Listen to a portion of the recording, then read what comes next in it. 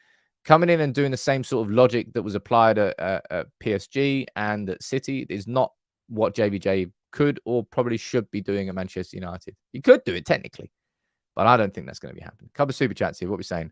I doubt there will be an announcement next week, says Anchor. Okay. Well, you doubt it, but let's find out next week. Matt Rich is saying, one inquiry for De Jong. If anyone says no, then walk. Well, look, if Man United are having these initial conversations, this won't be like picking up the phone and speaking to Kane's agent or speaking to Daniel Levy directly. It will be through intermediaries going, look, if we wanted to move for Harry Kane, what do you reckon? What do you reckon it is? It's going to be those very, very initial conversations. Let me make sure I haven't missed any super chats up here. Oh, Wayne, sorry, dude. I missed you joining as a member. Let me know where you're watching from, Wayne. I'll try and give you a shout out. What else are we saying down here in the comments? Jordan, you're saying if we get Kane and he scores 20, I'll give you 50 quid. Somebody in here is going to get a sweet, easy 50 quid then. Because Kane easily scores 20 goals next year for United if he joins. Easily. That's not even a question, is it? Let me see what the poll is saying. So we've got 1,300 votes so far. That's worth a little picture. 1,300 votes so far from all of you live in the community on YouTube. Apologies, Facebook. 63% of you think that Harry Kane would be a good signing. 63% of you. So 2/3 right now. Let's find out. Ollie, you're wishing for Mbappe. You can keep wishing because that ain't ever going to happen. Where are we saying here? JBJ makes me think of John Bon Jovi. I don't think John Bon Jovi's buying United. PS saying you missed my super membership chat earlier. Apologies, dude. The way I view this, and I keep saying this to people, the software I currently have doesn't show me membership chats in any different color. It just pops up like a normal comment, so I can't see it's a membership comment. Apologies about that. Super chats come up in different colors. It's just the software. It's not my choice. Negotiating for Osimhen with De Laurentiis in Napoli is like Kane with Levy. Not really, because Napoli have won their first. Will be winning their first league in 35 years. Is it? Thereabouts. Osimhen's going to be leaving.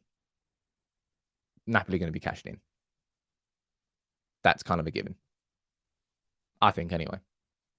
Maybe I'm wrong. Jonathan saying Mbappe isn't impossible. If Qataris take over, they will want a statement signing. Yeah, you could say that, but when you come to the numbers that would be involved in Mbappe, I would say it's impossible. That is outside the realms of realism at this point. First Serie A title since Maradona. I like a good football story. Napoli, big up to them. Do you see the video of the Napoli fans following the Napoli coach back? Like, there's about 100 mopeds going through the tunnel with him. It's good. Anybody watch Gomorrah? I'm really annoyed with Gomorrah because I watched it too far apart. So I kept forgetting the story because it was wicked. And I'm a big fan. Sopranos, still #1 show ever. Everyone knows that, right? Last couple of minutes of every stream. You can ask me whatever you want. I'll answer it. But yeah, that was a really interesting debate on Harry Kane this morning. Thank you, everyone, for that. There's going to be more of them. I've already done my video with my concerns about signing Harry Kane, and it revolves around dealing with Daniel Levy and spending 100 mil. I wouldn't be concerned as to whether he'd score goals for us. It's an absolute guarantee. And for a lot of people, well, look at it. 63% of you in the vote so far. That's why you think Harry Kane would be a good signing. Look at that. Fizz, how you doing, man? You just gifted 5 memberships. Thank you so much, man. John Moulton, you're saying that Breaking Bad's #1. Sopranos #1, man. Still #1. And I love Breaking Bad. I love Breaking Bad. Boardwalk Empire's up there. I love that. Better Call Saul. I think you can argue it's better than Breaking Bad. Don't shoot me. Don't shoot me. All right? Don't shoot me.